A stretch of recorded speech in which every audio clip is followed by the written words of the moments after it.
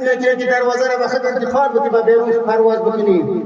و بزرگواری معزز و مکرم، بسا جای افتخار است که در بستر مریضی نیستی، بسا جای است که در اکسیژن قرار نداری، بسا جای است که الله خطاب میکند که طفل معصوم من تو در کما میرود و پدر بزرگوار را خبر میدهد که متوجه باش که گناه ندارد.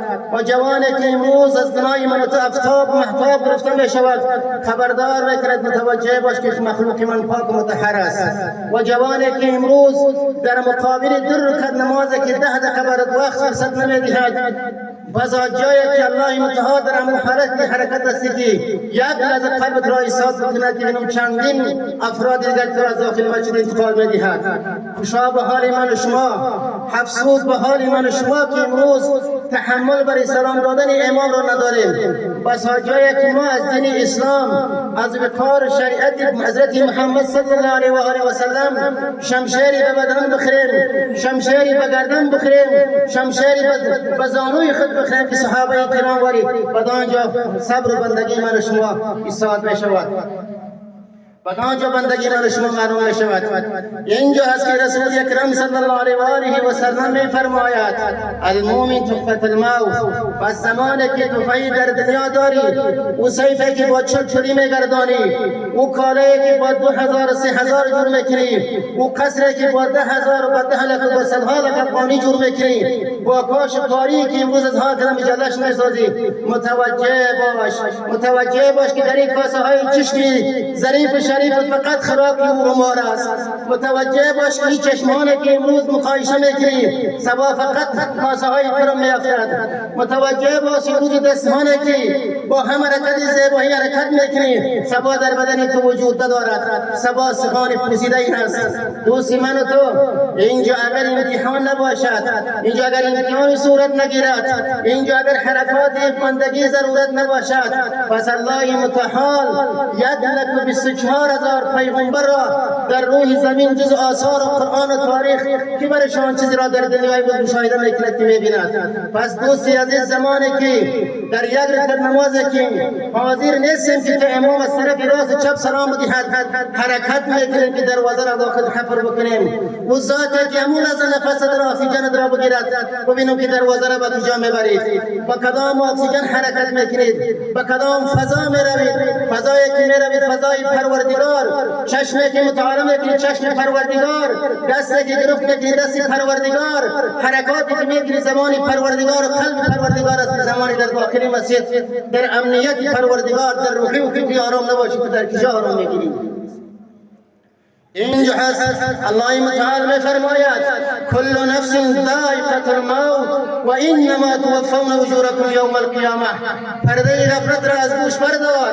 و جوانی معزز و مکرم، امروز در کره خاکی کسی تلکش را بالا بکند، کسی دست بالا بکند شاهدی بگید که لا اله الا الله و محمد رسول الله، پدری بزرگواری خود را، برادری عزیزی خود را، والدین مهربان و دلسوزی خود را، کاکای عزیز مکرم خود را در این خواب نگذاشته باشد این دست بالا بکند که لا اله الا الله محمد رسول الله در دنیا نگذاشته کسی را در قبر.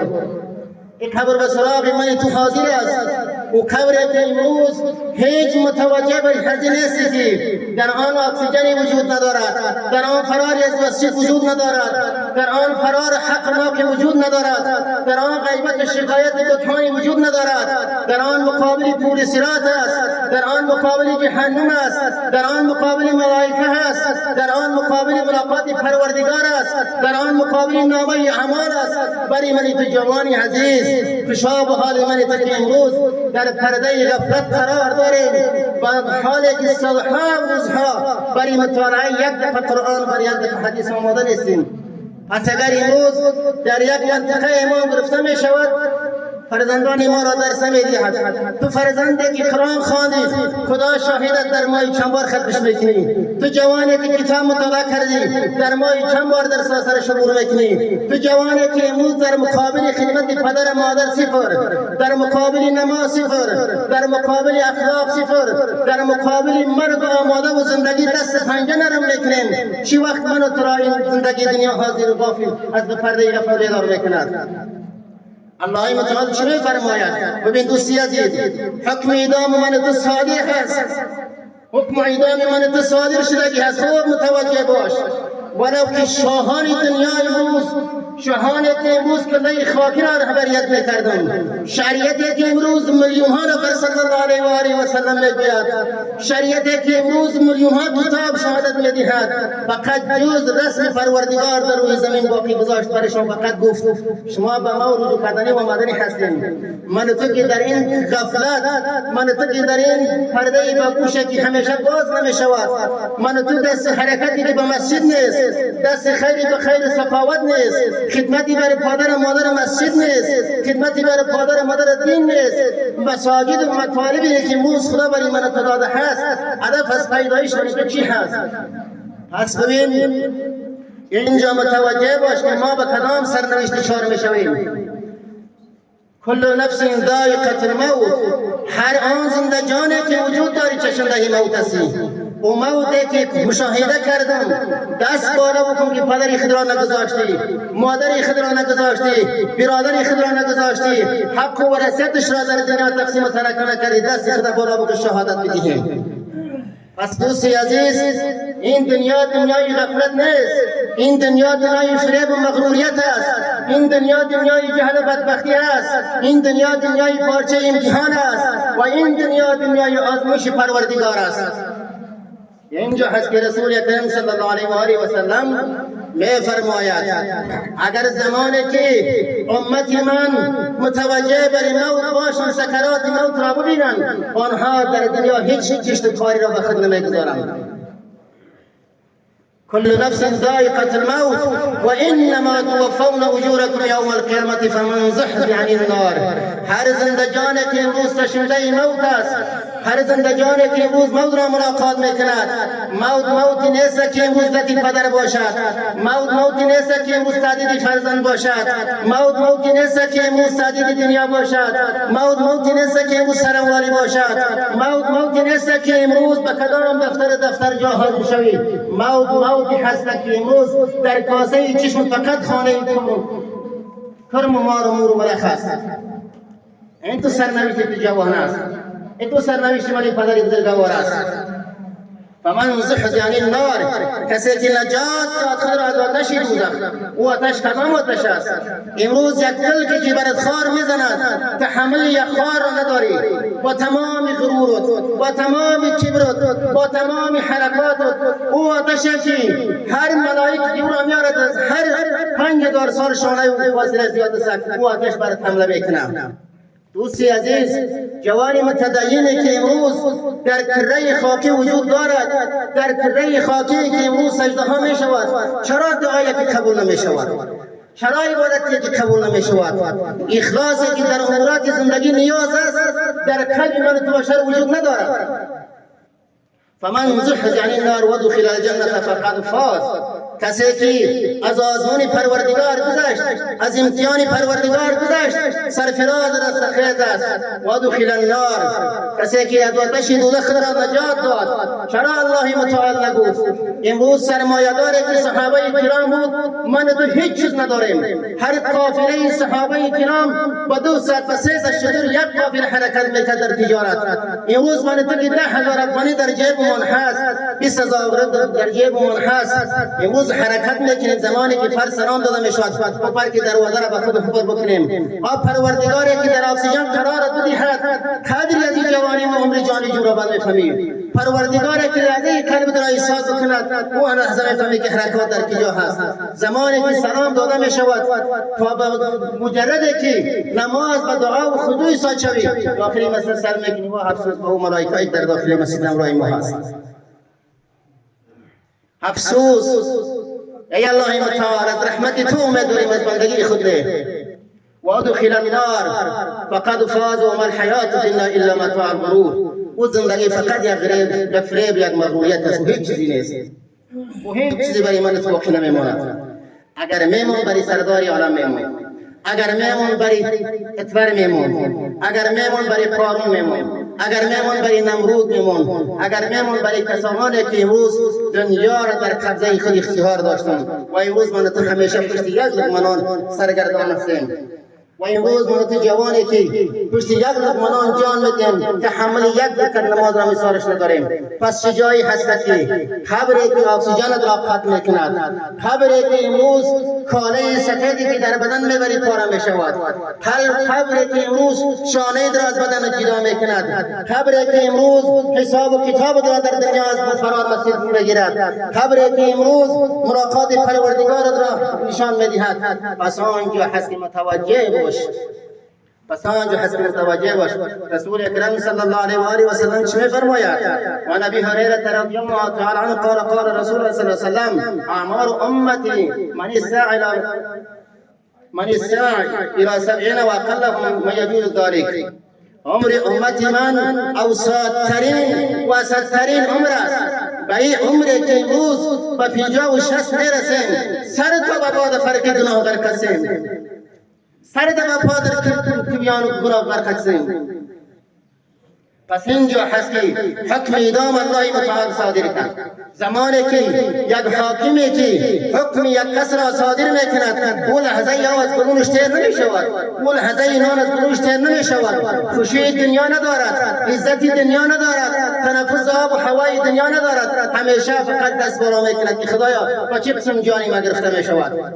پس اینجا از که الله متعال سزا میکند که زمانی که شما اگر بر دنیا گل بستین، دنیا را اختیار کردین، شجاعت و ایمان و وقار را گذاشتین، متوجه باشین که ما قبری دارم که در کنار از حسادتان میکرو آمدنی هستین. شاعر چی میگوید؟ ای هزاران تاجداران زیر خاک. او تاجدار کی بود؟ ای هزاران تاجداران زیر خاک، گر یقینت نیست روی خاک چاک. کسی که یقین نداره، باور نداره، پیشتر گفتم کل که شباره بکنه شهادت بده که پروردگار نه پدری خود را در قبری گذاشتیم، نه مادری خود را گذاشتیم، نه کاکای خود را گذاشتیم، نه کدام قاربی خود را در قبر گذاشتیم، فقط قبری وجود ندارد. ما بگیم سبحان الله. پس اینجا چی است؟ میرود آخر ز دنیا با یقین. بس خلاص سفری که امروز متوجه بر از سفر هستی. هر کس که میگوید دنیا زیاد وقت است، من میگویم مکمل اشتباه هستم و ما هستم. فقط 3 روز است دنیا. خب 3 روز است، متوجه باش. میرود آخر ز دنیا با یقین، گرچه باشد شای هند و روس چین. و 3 روز دنیا کدام است؟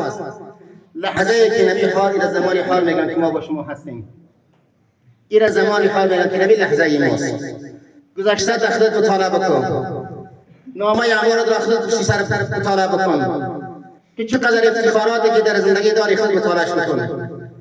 زمانی که محبت بر سبا هست، هر آن چیزی که داری توانش خود برداشتی. کدام خطی زندگی داری؟ این لحظه است، این سبا است و یا دقیقه و یا شب است. پس اینجا در 3 روز، در 3 حالت برای من تو وقت فرصت است. در این 3 حالت کدام نوع امتحان برای ما نیاز است که ما این حل فصل بکنیم. ما در این امتحان به کدام زندگی که مورد بخشش پروردگار قرار میگیریم، ما با این زندگی مطالبه بکنیم، این زندگی حرکت بکنیم. اینجا چی میگه؟ ببین دوستانی عزیز، مرگ آمدنی هست.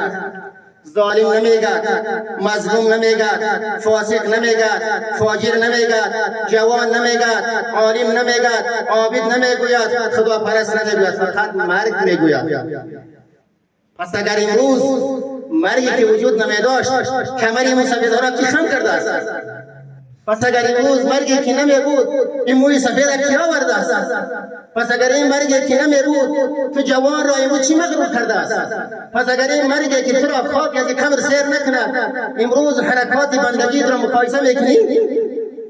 پس اگر این مرگی که نمی بود، زمانی که رسول اکرم صلی الله علیه و آله و سلم در قبض او قرار میگیرد، فاطمه دختر رسول اکرم صلی الله علیه و آله و سلم یا وقتی سلام میکند پدرم چقدر رنج میبیند.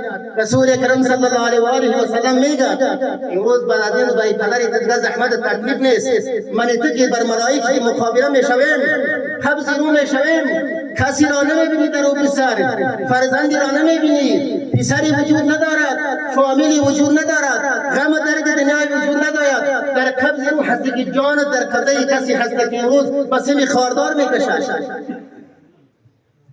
اینجا هست زندگی حساسیت، اینجا هست زندگی که تو رفتنی هستی. پس اینجا چی میگوید؟ پادشاهی بود به نام سانشکاوی، پادشاهی مردم روم. 70,000 محافظ ویژه داشت. ها متوجه باش، 70,000 محافظ ویژه داشت. زمانی که با مرگ ملاقات میکند، با مرگ ساد میشود، مردم حرکت میکند، نزاع برپا میآید، 70,000 نیروی ویژه نمیتواند که جلوی مرگ را بگیرد. مرگ شما بود که مردم تکا و پرچه در خیابان انداختنشان رفتند. 22 سال حکمرانی کرده است. 70,000 نیروی ویژه گردن راست میخورد. تو کسی که امروز قدم بر میبرداری، توان چبلک کشیدن خود را نداری. تو کسی که امروز قدم بر میبرداری، توان حرف گفتن خود نداری. تو کسی که امروز بر کابل و بر بسر و بر هندوستان جهت تداوی میروی، چرا از دفاع کردن نمیتوانی؟ تو کسی که امروز کبرانه و غرورانه و مستکبرانه در امورات زندگی پروردگار خود را مقایسه میکنی، چرا چشم خود را تداوی کردن نمیتوانی؟ تو کسی که امروز زندگی را برای خود تشخیص میدهی، چرا قبر خود را آراسته کردن نمیتوانی؟ چرا جیبی به خود کو پول و پیسه و سیف بودن نمیتوانی؟ اینجا هست که در توان بندگی من تو هیچ چیزی وجود ندارد.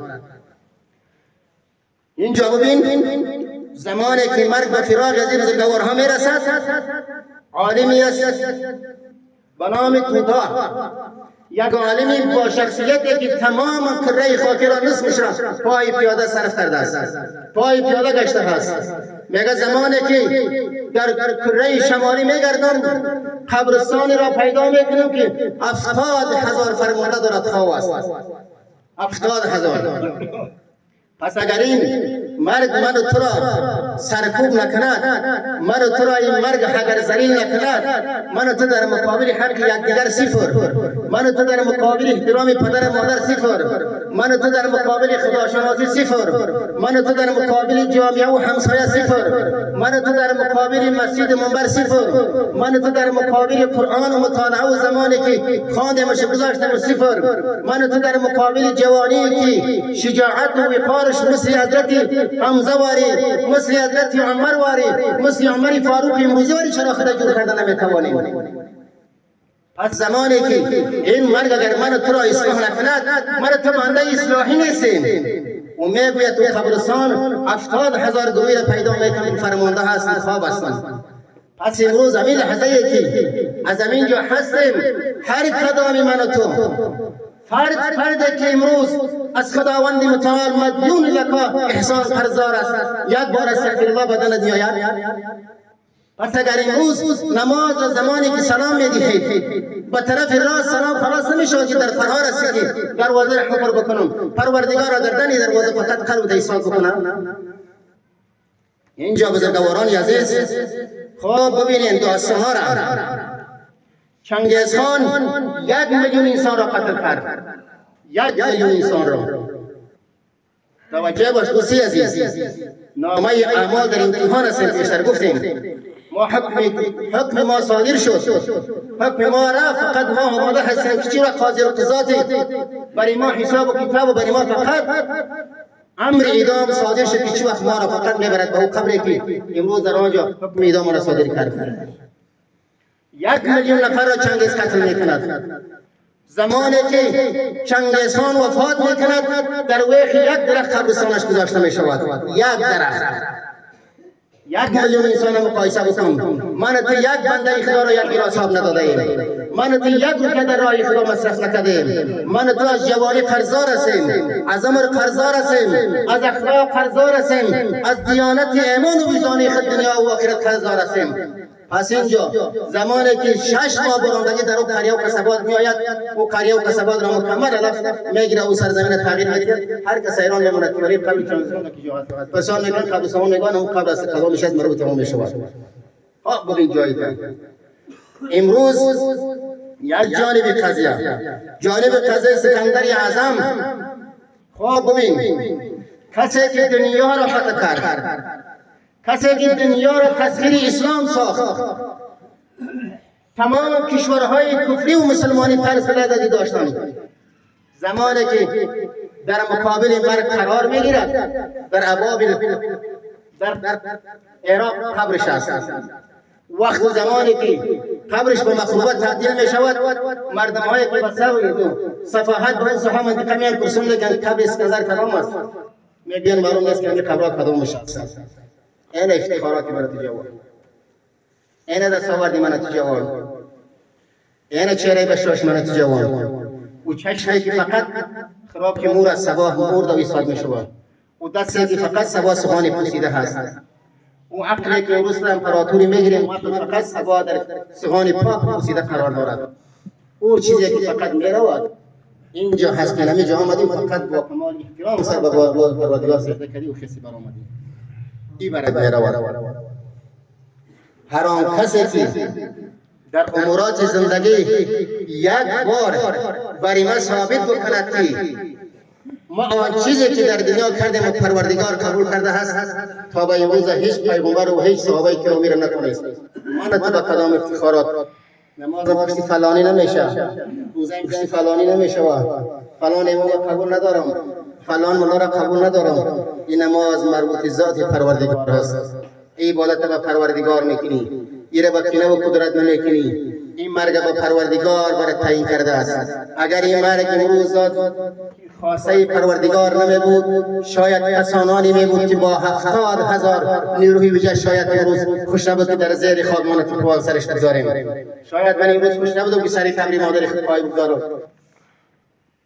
واسه سفیدان معزز مکرم، اگر امروز مرگ زمانی دیگر حدیث رسول اکرم صلی الله علیه و سلم از حضرت عبدالله میگه زمانی که امروز مرگ برات حاضر می شود، اگر از 99% مرگ گذر میکنید، صبح قامت خمیده و مسفیدی فقط قرار میگیرید. صبح پیری از سریقت امید است اینجا، تارپود و کفنت موی سفید است اینجا. کل نفس ذائقة الموت، اینما تکون ادرککم الموت ولو کنتم فی بروج مشیده.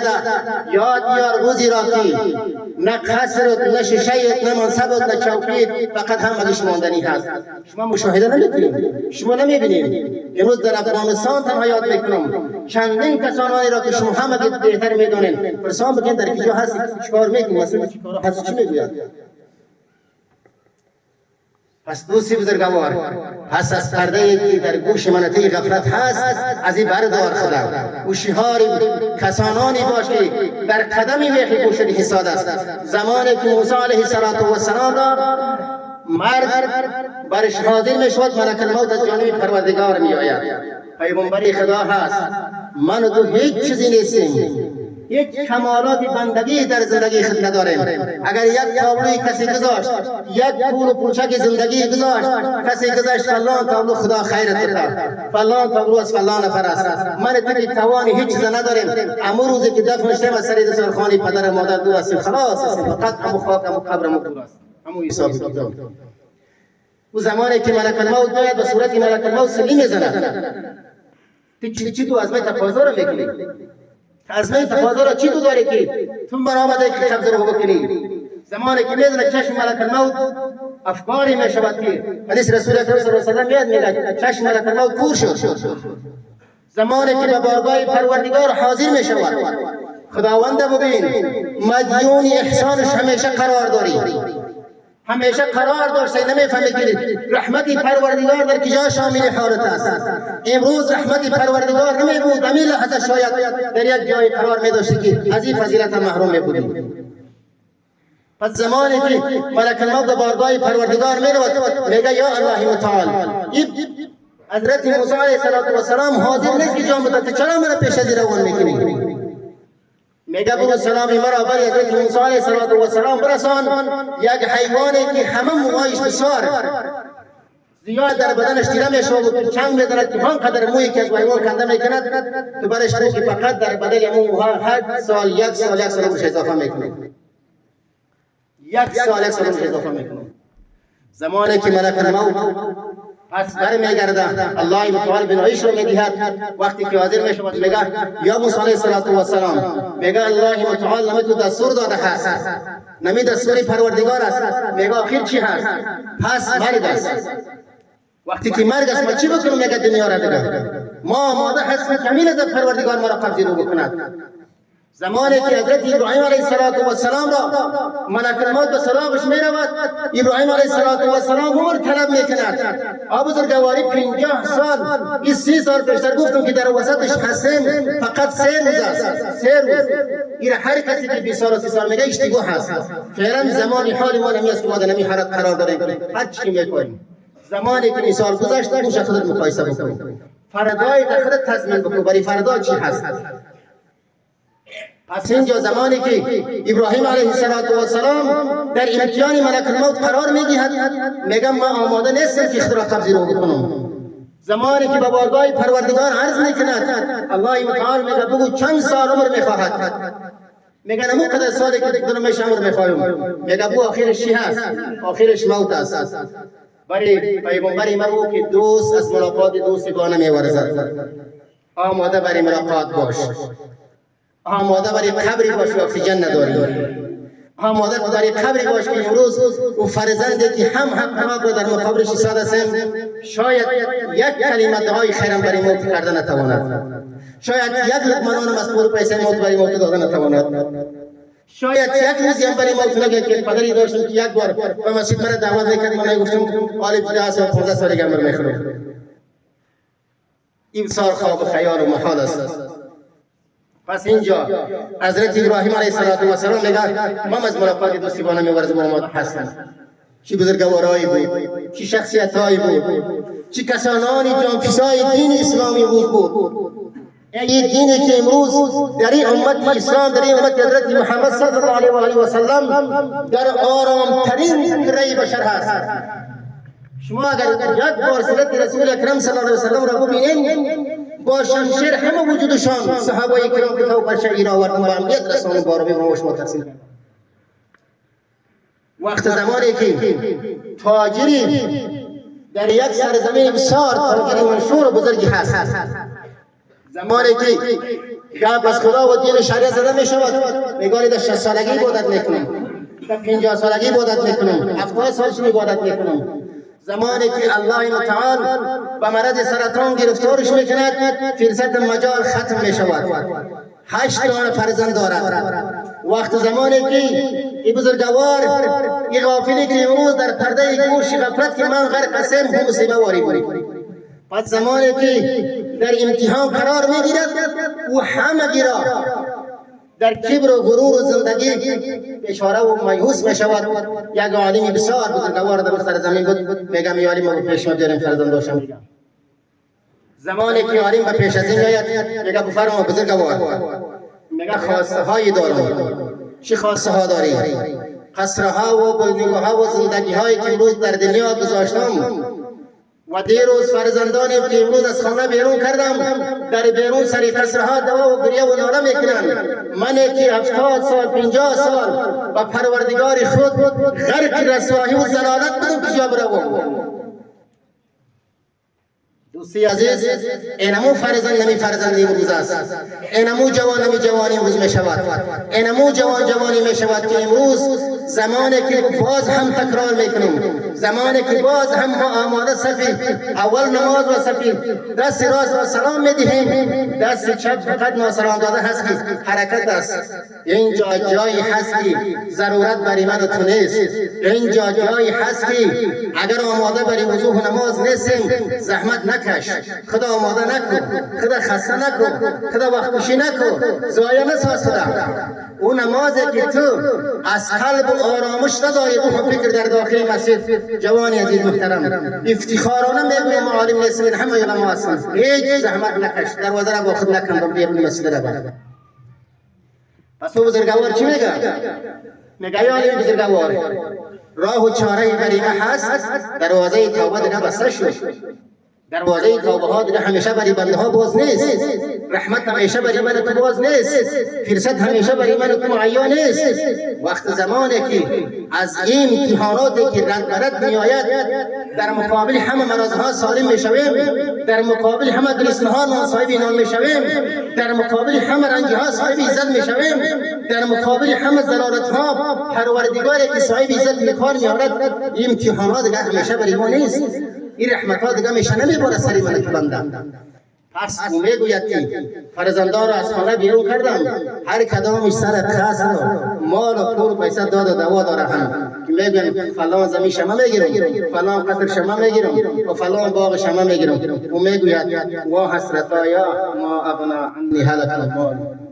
قرآن کریم میخونه مال و اولاد همه ملاک میکنند. بس حلاکی چه قسم است؟ امروز حلاکی روحی هستیم، امروز حلاکی جسمی هستیم، امروز حلاکی قلبی هستیم، امروز حلاکی ایمانی وجدانی هستیم. کسانی که امروز 99% ملت اسلام دارای مطالعه است.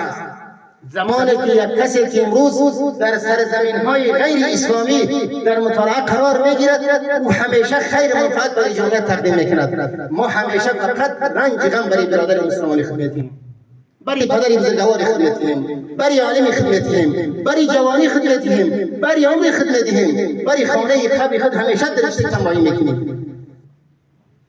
پس بزرگواران عزیز، اینجا هست که اگر چهره زندگی راه و روش و انتخابات می داشت برای کسانانی بود که امروز نه منی بودم نه تو کسی بودی و نه کسانانی که امروز در زیر خواب حسن دنیا را حکم روانی کردن. پس اینجا هست که متوجه باش که در اکسیژن نیستی، متوجه باش که در بستر مرگ نیستی، متوجه باش که در تداوی گرده نیستی، متوجه باش که در تداوی چشم نیستی، متوجه باش که در تداوی قلب نیستی، متوجه باش که طفلی که از مادر نوزاد می شود در کما می رود الله متعال برای من اختار می دهد. متوجه باش. پس اینجا الله متعال در 9 آیه قرآن کریم فقط حکم ادام من شما را صادر کردگی هست. زمانی که ما در ادام محکوم هستیم، ما بر ادام آماده هستیم، ما زمانی که نامه اعمال قرائت می شود، ما زمانی که با کش و خش حرکت میکنیم در کجا گذاشته می شویم، در کجا قرار میگیریم؟ آیا هیچ باری عشق نزدیم پروردگار را ظلم کردیم؟ خدای حق همسر طرف کردیم، خدایا نماز از پیشم قضا شد، خدایا اطاعت بندگی نتوانستم، خدایا مرا مورد بخشش خود قرار بده، خدایا جوانی هستم که تحمل نماز ندارم، خدایا جوانی هستم که امروز تحمل خدمت هر پدر و مادر ندارم، خدایا عالمی هستم که امروز فیض برکتم نرسیده، مسافری هستم که خدایا کمری خمیده دیگر توانی ندارم. اینا همه ذاتی است که اونجا صدا میکند، اونجا جواب میدهد، اونجا ندا میکند سرت. امروز یک اختیاری جزئی برای من گذاشته است. و اختیاری جزئی در کجا هست؟ حرکت میکنی، کار میکنی، کسب میکنی، زحمت میکشی، یا حیات قید فقط سرت گذاشته هست.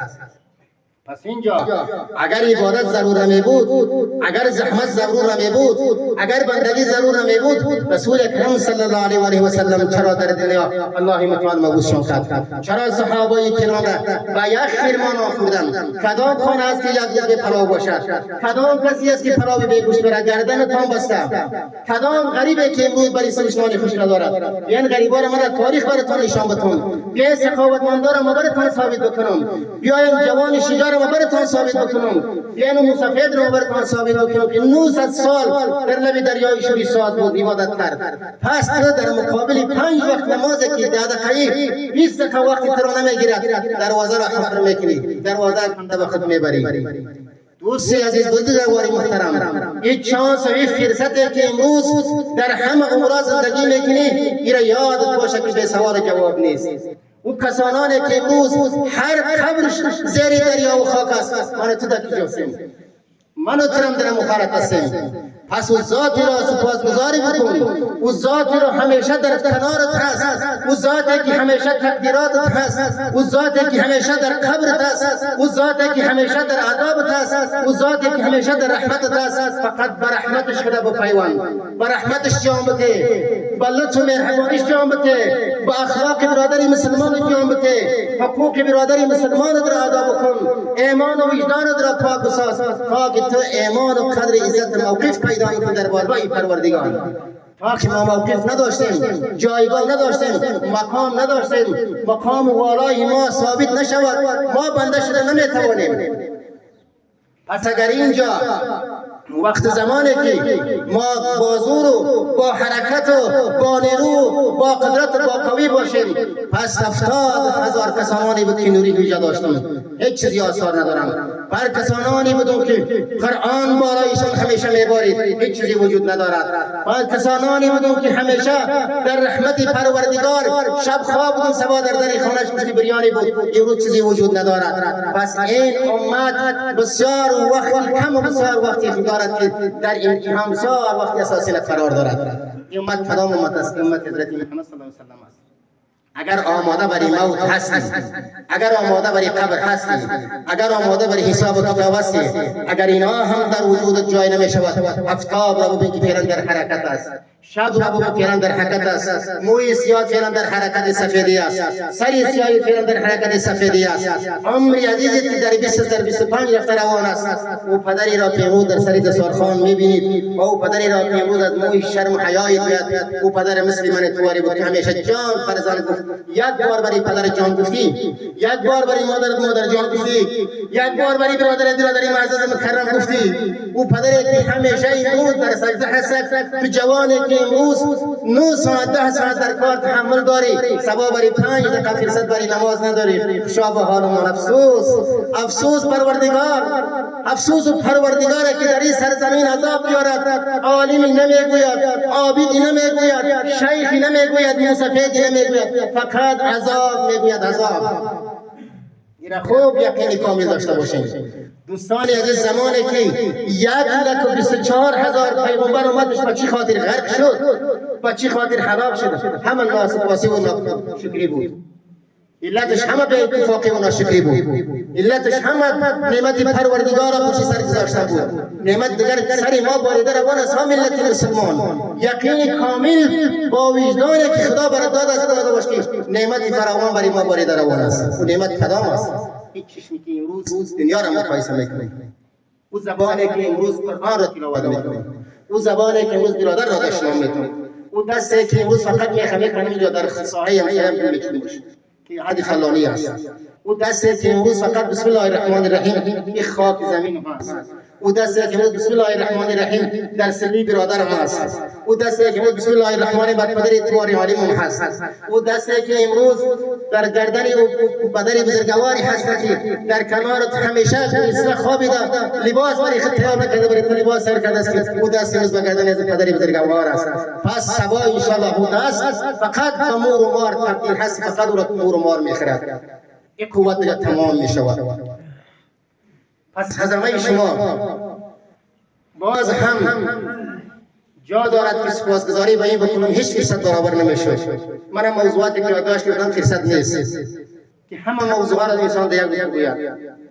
پس همیشه چیزی که من حیث یک مسلمان آرزوی ما هست فقط خداشناسی نیاز است، سر به بارگاه پروردگار نیاز است. دوستی عزیز، سر از تمام دنیا که سجده بکنیم برای خود میشه، برای هیچ کسی نمیشه. الله متعال از حضرت موسی علیه السلام پرسان کرد یا موسی در دنیا چی کاری کرده که خوشحال باشم؟ موسی علیه السلام میگوید خدایا همیشه نماز خواندم، روزه گرفتم، نماز خوانده پول صراط گذشته، روزه گرفته فقط از عذاب جهنم نجات پیدا میکنی. افتخارات برای ما بگو.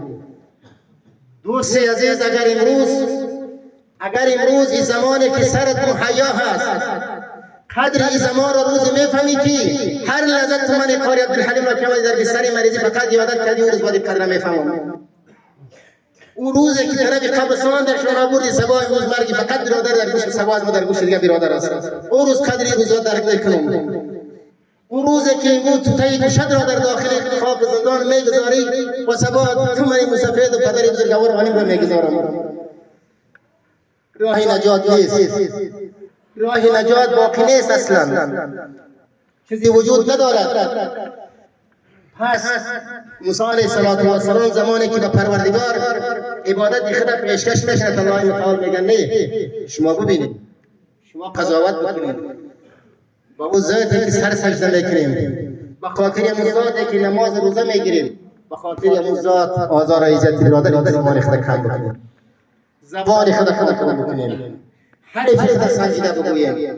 یک حرفی که همیشه یک اسلام را داغدار میکند، این خطرناکترین از کسی است که از انسان را از اسلام را منحرف میکند. یک حرفی که انسان مسلمان را میراز آزار میدهد، رنج میدهد، خطرناک از است که ما سالها نماز نخوانیم. یک حرفی که یک برادر مسلمان را که در شن و وجدانش همون چیزی که ما برش میگوییم نیست، از این است که ما سالها گوشت مو برادر خود را خود روان هستیم. پس الله متعال میگه توی دو عمل انجام داد، دستور صراط و از آتش دوزخ به خود کمایی کردی. چیزی که برای ما کمایی کردی اون است که تو در میان امت خود خیر و وحدت صدقات دستگیری برای فقرا و مساکین را میکنی. ببینید دوستی عزیز، پس امروز در هر حالتی که از ذاتی است که عمو کسی را که من تو فقیر میشمریم، پروردگار نمون از مرتد در حجیز و قرار میده مرا در جای تو.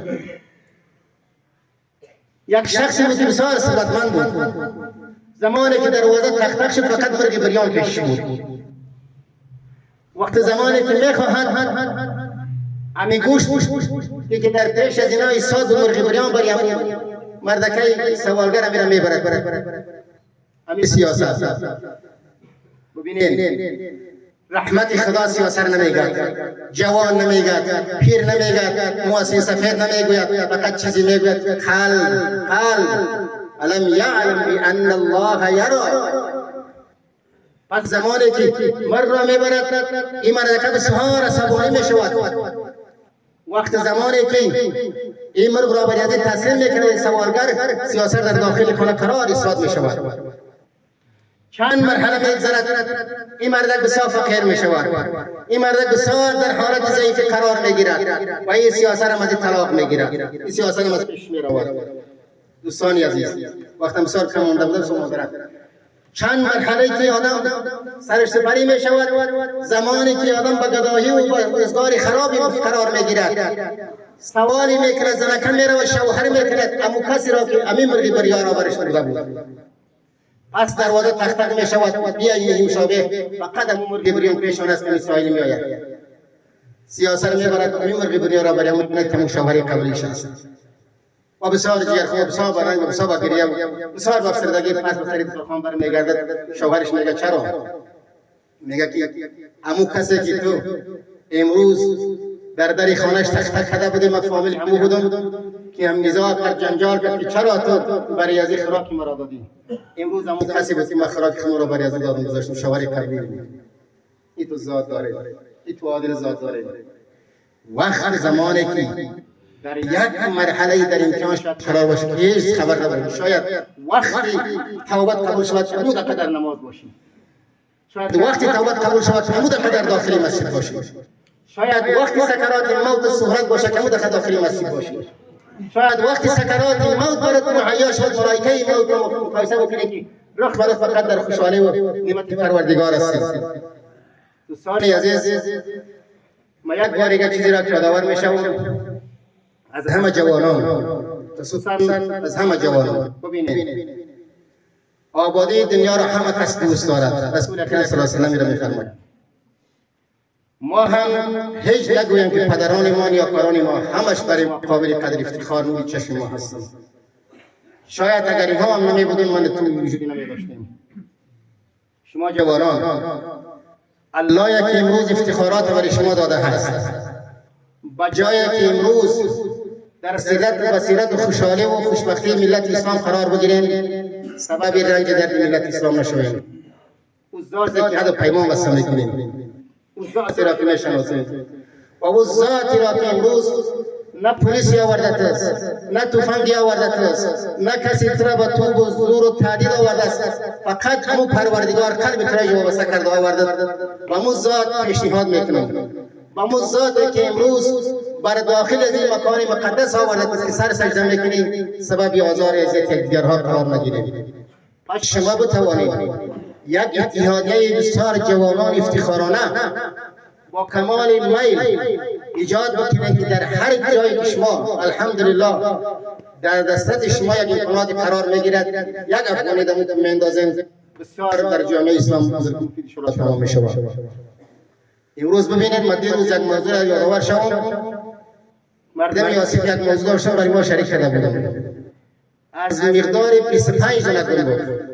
ببینید دوستانی عزیز، من هم بشر هستم، من هم گناهگار هستم، شاید رسواترین و گناهگارترین شما باشم، این یقینم دارم، این را وجدان ما قبول نمیکنه، دارم، شاید ذلیل‌ترین بنده خدا ما باشم. اونها آمدن از همون مقداری که ما پول پیسه جمع کردن یک اسکاواکو با 300 بیرپتر کردن خریداری کردن که در قریه و قصبه‌شون کار بازسازی آبادی دارن، آنها پیش میبرن آبادی خدا و کاری خدا برنامه گرفتن پیش برسونن. اگر امروز من که غفلت کردم که جوان غفلت نکنه، یک بسیار حرکت شجاعانه با وقار، با دیانت، اخلاصمندانه، هر کاری که ما یقین دارم رضای پروردگار بود کار ناکام است اگر نیت ما خدا باشه. شما هر کسی را که با افتخار در مقابلتان میبینید، میپسندید، قبول میکنید، فقط یک افغانی که در دسترس شما میزند و خاطر یک بیوزن شما بگذارید ما بتونیم که اینمی سرزمینی که سیر همیشه هست، راه نیست، کلینیک نیست، مکتب نیست، دیگه نیست، ما بتوانیم که از شجاعت شما جوانان مستفید شویم و یک بالا پایانی دست بزنیم. یک حرف دوم، قبلا بسیار کوشش داشتم، بسیار نهایت زحمت تو قلب ایمان و وجدان الله پاک شاهد بود که فرصتان نبود، زمینه برابر نبود، نتوانست مثال در بین مردم اقوام و سفرا بگیرم. زندگی از پروردگار فیصله شما بوده است. در آمدن پدرم که از خانه خدا آمدم، حاجی صاحب برادرم و خودم که من حیث مثلا یک برادری کوچک شما که مثلا در یک شینگی مثلا نظام و مردم شامل هستند که شما بسیار افتخارانه، شجاعانه هم گرفته، زحمت کشیده در مقابل هم اعضای فامیل و پیش و تمام که مثال ما بوده، همیشه سپاسگزار شما مردم هستیم. و اگر هر آن چیزی که مربوط به ریال شما یقین بکنین، یعنی رخ برخ همگیتان شاهد خدای تاری سر و شما مردم حاضر که اگر یک خاصتون از این جدا و جدا میمانم یک میخوانم میکنم جدا و جدا فقط هدفم حل میزان هست. دیگر برای اون ذاتی که حد پیمان داریم، همین موضوعاتی که خدا نخواسته همیشه مردم را رنج داده است، دیگر در بابا نگذاریم. خداوند همیشه اتفاق، احتیاط، آواز سربلندتان داشته باشه. دیگر با امید پیروزی موفق. السلام علیکم.